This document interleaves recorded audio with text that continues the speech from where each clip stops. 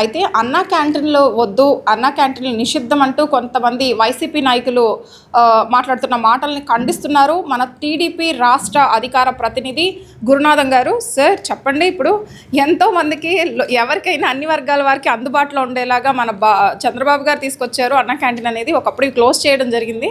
అయితే ఇప్పుడు మళ్ళీ ఇవి తీసేయమంటున్నారు. ఏంటి సార్, ఇది కరెక్టే అంటారు అసలు? నమస్కారం అమ్మా. వీళ్ళు పేదోడు నోటి దాకా కూడు కాజేసే రాబందులు జగన్మోహన్ రెడ్డి, వైసీపీ వాళ్ళంతా సైతాన్ని సైన్యం అమ్మ. వాళ్ళు పేదోడికి పెట్టపోంగా తినబోతున్న దాంట్లో కూట్లో మట్టేసే జాతి అది. ఇప్పుడు వాళ్ళు కొన్ని కోట్ల రూపాయలు అప్పులు చేసి ఎలక్షన్లో వాళ్ళకి తాయిలాలు ఇచ్చి 3,75,000 కోట్లు డీబీటీలు నొక్కి అప్పులు చేసి కోట్ల రూపాయలు బుడిదలో పోసిన పన్నీరు చేశారు. ఇక్కడ కొన్ని కోట్లు అప్పులు చేశారు. ఈ రోజున 5 రూపాయలకి పేదవాడికి విజయవాడ ఉంది అనుకుందాం, గాంధీనగర్లో అక్కడ పనిచేసే కూలీలు, కార్మికులు రోజు ఎక్కడెక్కడి నుంచో వచ్చేవాళ్ళు హెడ్ క్వార్టర్లో వస్తూ ఉంటారు. మరి వాళ్ళు కడుపు నిండా భోజనం చేయాలనంటే హోటల్కి వెళ్తే 200 రూపాయలు, 150 రూపాయలు పైన ఉంది. వాళ్ళు కూలీ చేసుకునే వాళ్ళు ఎక్కడ 150 ఇచ్చి 200 ఇచ్చి తింటారు? ఇది నిజం కదా? అదేవిధంగా 276 కేంద్రాల్లో అంటే ఒక్కొక్క నియోజకవర్గంలో కూడా పెట్టాలని, అంటే గ్రామ స్థాయిలో కూడా పెట్టాలని చంద్రబాబు నాయుడు గారు ఈ రోజున 5 రూపాయలకి ఏమొస్తుంది? 5 రూపాయలకి భోజనం పెడుతున్నారంటే అసలు అన్నం పరబ్రహ్మ స్వరూపం కదా అన్నం అనేది.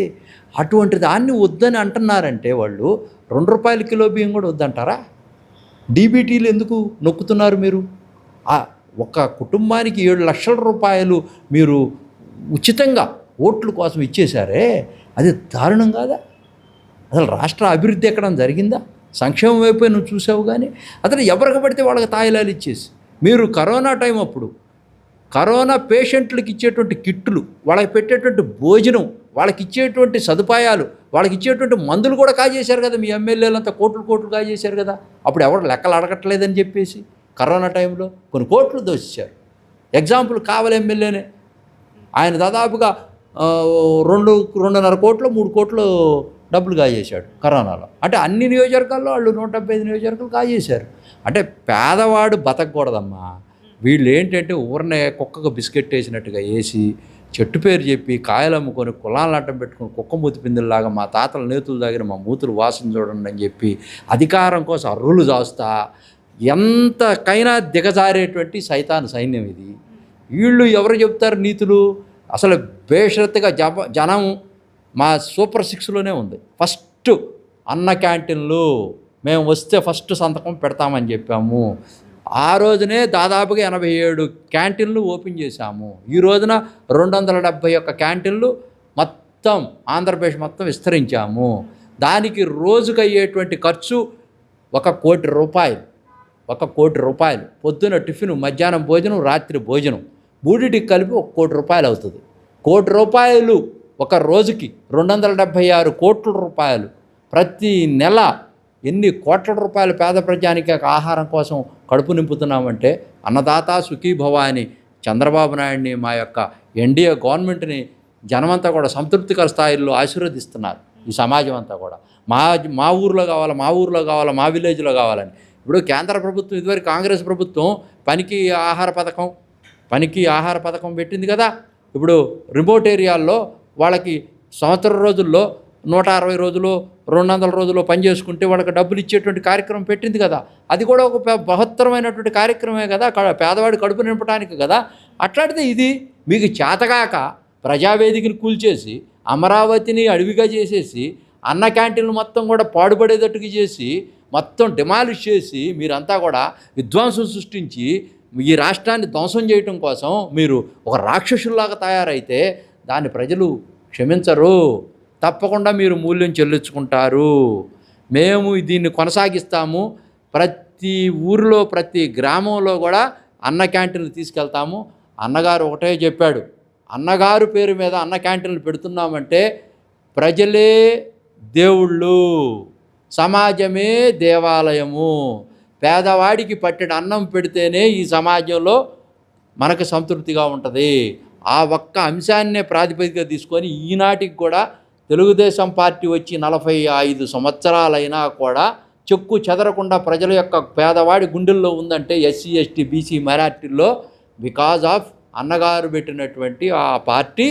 నారా చంద్రబాబు నాయుడు గారు తూచా తప్పకుండా అభివృద్ధి సంక్షేమ కార్యక్రమాల్ని 2 కళ్ళుగా చేసి అమరావతిలో అభివృద్ధి చేస్తూ, విశాఖపట్నాన్ని ఫైనాన్షియల్ సిటీగా డెవలప్ చేస్తూ, న్యాయశాఖ సంబంధించినటువంటి రాయలసీమలో మినరల్ హబ్బులుగా తయారు చేస్తూ, అన్ని ప్రాంతాల్ని ఆక్వాకల్చర్ తీసుకొస్తూ, మరి అదే విధంగా మిల్లెట్స్ డెవలప్ చేస్తూ, అదేవిధంగా డ్రై ఫ్రూట్స్ డెవలప్ చేస్తూ, ఇట్లా అన్ని విధాలుగా కూడా ఈ రాష్ట్రాన్ని 1200 వైశాల్యంలో కారిడార్ ఉంది మనకి బంగాళాఖాతం.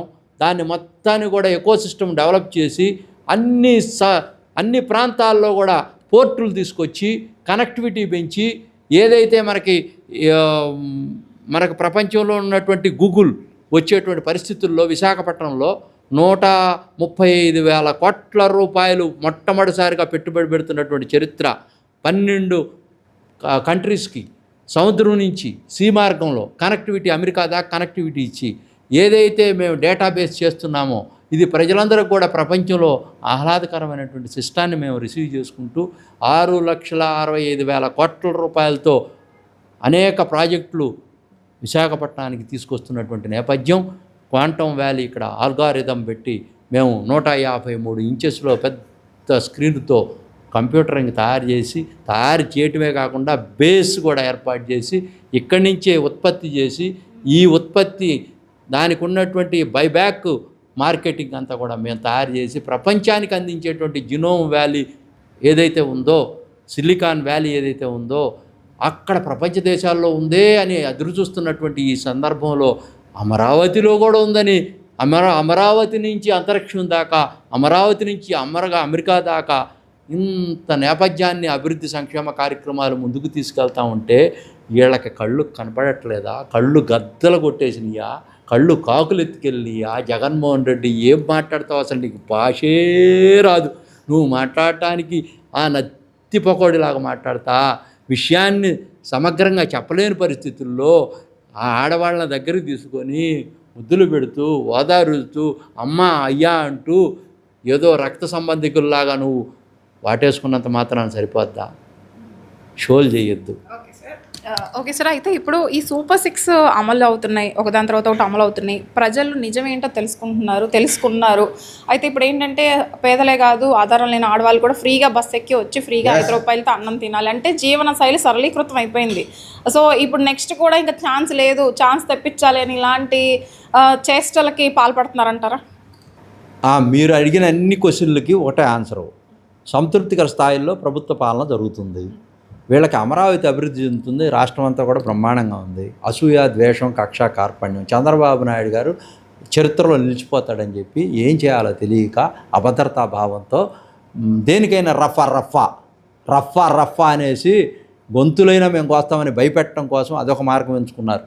ఏదైతే మనం ఇప్పుడు చూస్తూ ఉంటాం కదా, ఊళ్ళల్లో ఏదో జరుగుతూ ఉంటాయి, సిరిగిపోతూ ఈ ఉత్సవాలు ఇవన్నీ కూడా అక్కడ ఈ ఆట కొడవలతో కోసి వీటన్నిటి బలి పశువులను ఇస్తూ ఉంటారు. అట్లా మిమ్మల్ని ఇస్తామని ఇండైరెక్ట్గా భయపెట్టేటువంటి కార్యక్రమం తీసుకొని ఇట్లాంటి రాంబాబులు, ఇట్లాంటి డ్యాన్సు సంబరాల రాంబాబులు, ఈ చెవిరెడ్డి భాస్కర్ రెడ్డి, విజయసాయిరెడ్డి, సుబ్బారెడ్డి, ధనంజయ రెడ్డి, ఆరెడ్డి, ఈరెడ్డి, మసూదన్ రెడ్డి, వెంకయ్య, పుల్లయ్య, సుబ్బయ్య, వీళ్ళ పార్టీలో ఉన్నటువంటి బెగ్గర్సు, హ్యాబిచువల్ క్రిమినల్సు, దొంగలు, ఇవి అందరూ పోగయ్యి వైఎస్ఆర్ పార్టీలో పదవులు పంజారం చేసుకొని అనంతబాబు లాంటి వాళ్ళందరూ కలిసి ఈ రాష్ట్రాన్ని ముంచేశారు, నాశనం చేసేసారు. అది జనమంతా కూడా తెలుసుకున్నారు. కోడికత్తి, గులకరాయి, ఎవరైతే సుబ్రహ్మణ్యం డోర్ డెలివరీ చేసిన కార్యక్రమం, చంద్రశేఖర్ గారు డాక్టర్ గారు చనిపోయినటువంటి కార్యక్రమం, వాళ్ళ బాబాయ్ వివేకానంద రెడ్డి గొడ్డల కార్యక్రమం, పరిటాల రవిని చంపేసినటువంటి కార్యక్రమం, మీరు క్రిట్పోక్ చేసి ఏదైతే చేశారో లక్షల కోట్లు దాచేసుకున్నారో, విజయసాయిరెడ్డి కూడా గేమ్ ఆడతా ఆ పదవులన్నీ తెజిచ్చినట్టుగా మోసం చేస్తా పార్టీలు పెడతామని తలొక ముసుకేసుకొని వేషాలు వేసుకొని వస్తూ ఉన్నారు. వీళ్ళందరిని ఎవరు నమ్మద్దు, ట్రాష్, వీళ్ళందరూ జైల్లోకి పోతారు. Okay sir. అయితే అన్న క్యాంటీన్ విషయానికి వస్తే కొంచెం కూలివారు పనులు చేసుకునే వాళ్ళు, ఎక్కువ శారీరక శ్రమ చేసే వాళ్ళు కూడా వస్తారు కదా, వాళ్ళకి ప్రోటీన్ పరంగా వాళ్ళకి సమతుల ఆహారం అందించేలాగా మెనూ ఎలా ప్రిపేర్ చేస్తున్నారు ప్రస్తుతం? మెను సామాన్య మానవుడు ఇంటి దగ్గర చేసుకునే దానికన్నా బెటర్గానే ఉంటుందమ్మా. సామాన్యమాడు చిన్నప్పటి నుంచి ఇప్పుడు ఇక్కడ తినేది పిల్లలు కాదమ్మా, బాలలు వచ్చి తినరు. ఆల్రెడీ మనం ఓవర్కమ్ అయిపోయి జీవితంలో వెళ్ళిపోయి కూలి పని చేసుకుంటూ కనీసం అన్నమన్నా తిందాము, పట్టెడు అన్నమన్నా అనేటువంటి వాళ్ళకి ఇప్పుడు మనం ప్రోటీన్ ఫుడ్ ఇవ్వటం వల్ల రాత్రికి రాత్రి వచ్చేది ఏమి ఉండదు. ఓవర్ నైట్ చిన్నపిల్లలకైతే ప్రోటీన్ కావాలి. అంటే ఆల్రెడీ మనకు ప్రోటీను అన్నీ ఏమున్నాయో మనకి క్లియర్గా తెలుసు. మన బాడీలో పెద్ద అయిపోయాం. ఇంకా ఇప్పుడు కొత్తగా ఇచ్చినా వాళ్ళు ఇన్సెక్ట్ అవ్వదు, దానివల్ల వచ్చి కొనకూడదు, ప్రయోజనం లేదు. అయినా మనం ఇచ్చేటువంటి బ్యాలెన్స్ డైట్లో కూడా ఫుడ్డు కల్తీ లేని ఆహారం, మంచి శ్రేష్టమైన ఆహారం, పప్పు మాంసకృతులు ఉంటాయి. ఒక కూర వేపుడు ఇస్తున్నాము, వేపుడు కానీ చట్నీ కానీ దాంట్లో గ్రీనరీ ఉంటుంది. కంటికి ఏ విటమిన్ వస్తుంది, మన సి విటమిన్ ఇటు దాంట్లో పులుపు ఉంటుంది, దాంట్లో పులుపుకు సంబంధించినట్టు సి విటమిన్ వస్తుంది, కాంతివంతంగా ఉంటుంది. మనం కావాల్సినటువంటి కాల్షియం ఉంటుంది, దాంట్లో అన్ని రకాల విటమిన్స్ దాంట్లో ఉంటాయి. రసం వస్తుంది, క్లియర్గా మన జీర్ణాశయంలో జీర్ణం అవటం కోసం. అట్లానే ఏదైనా పెరుగు ఉంటుంది, దానికి మన వేడిని తగ్గించడం కోసం బాడీలో. ఇటువంటి పదార్థాలన్నీ దాంట్లో ఉంటాయి. టిఫిన్ కూడా చక్కగా ఈజీగా అరిగేటువంటి ఇడ్లీ కానీ, దాంట్లో చట్నీ కానీ, పల్లీల చట్నీ ఉంటుంది. దాంట్లో పల్లీల చట్నీ అంటే మీకు తెలుసు, ఈ విటమిన్ ఉంటుంది, అన్ని విటమిన్స్ ఉంటాయి. ఇంకా ఈ మనిషి తినవలసింది ఇదే. డబ్బులు ఎక్కువయ్యి ఒళ్ళు బలిసి ఏం చేయాలో తెలియక అవినీతి పరులందరూ కూడా ఈ జగన్మోహన్ రెడ్డి పాలనలో డబ్బులు సంపాదించి బర్గర్లు, పిజ్జాలు పెద్ద పెద్దవి తింటా, అసలు ఈ జింక్ ఫుడ్స్ తింటా, అసలు బ్యాలెన్స్ డైటే లేదు. మన పూర్వీకులు ఏదైతే సాంప్రదాయంగా మనకు భోజనాలు పెడుతున్నారో ఆ భోజనాలే మనం అలవాటు పడి ఉంటాం మన డిఎన్ఏలో. దాన్ని సాంప్రదాయంగా కొనసాగిస్తే ఏ రోగాలు రావు. మనిషి చాకిరీ చేస్తాడు, తింటాడు, మంచి నిద్రపోతాడు, రేపు రాబోయేటువంటి రోజుల్లో తన పూర్తి జీవన విధానాన్ని జీవిస్తాడు. ఎటువంటి హాస్పిటల్ ఖర్చులు లేకుండానే జీవిస్తాడు. క్యాన్సర్లు ఏమి రాకుండానే జీవిస్తాడు. మన అన్న క్యాంటీన్లో తింటే 100% ఇంట్లో కన్నా శ్రేష్టంగా భోజనం చేయటం. 4 కూరలు 4 పాళల్లో ఉంటుంది. ఇంటి దగ్గర తింటే ఒక పచ్చడో లేకపోతే ఒక చిన్న పప్పు ఒక కూర చేసుకొని తింటాం. కానీ ఇక్కడ అట్ట కాదు. ముష్టాన్న భోజనం భుజించినప్పుడు దానికి సాంకేతిక శబ్దములు బ్రేవు అని తేపులు వచ్చును. ఒక్క రకమే తింటాం మనం ఇంట్లో. 5 రకాలు 5 రూపాయలకి పెడుతున్నామంటే ఇట్స్ ఎ గ్రేట్ థింగ్ కదా. మరి ఇంతకన్నా గొప్పతనం ఏముంటుంది ఈ దేశంలో? అన్నదాత సుఖీభవ. చంద్రబాబు నాయుడు 100 ఏళ్ళు వర్ధిల్లాలా, లోకేష్ వర్ధిల్లాలా, వాళ్ళ కుటుంబం వర్ధిల్లాలా. ఈ పేద ప్రజలందరూ కూడా కోరుకుంటున్నారు. వాళ్ళు 100 సంవత్సరాలు పరిపాలన చేయాలా, చంద్రబాబు నాయుడు గారు చరిత్రలో నిలిచిపోవాలా అని అందరూ ఆశీర్వదిస్తున్నారు. సంతృప్తిగా స్థాయిలో ఉన్నారు.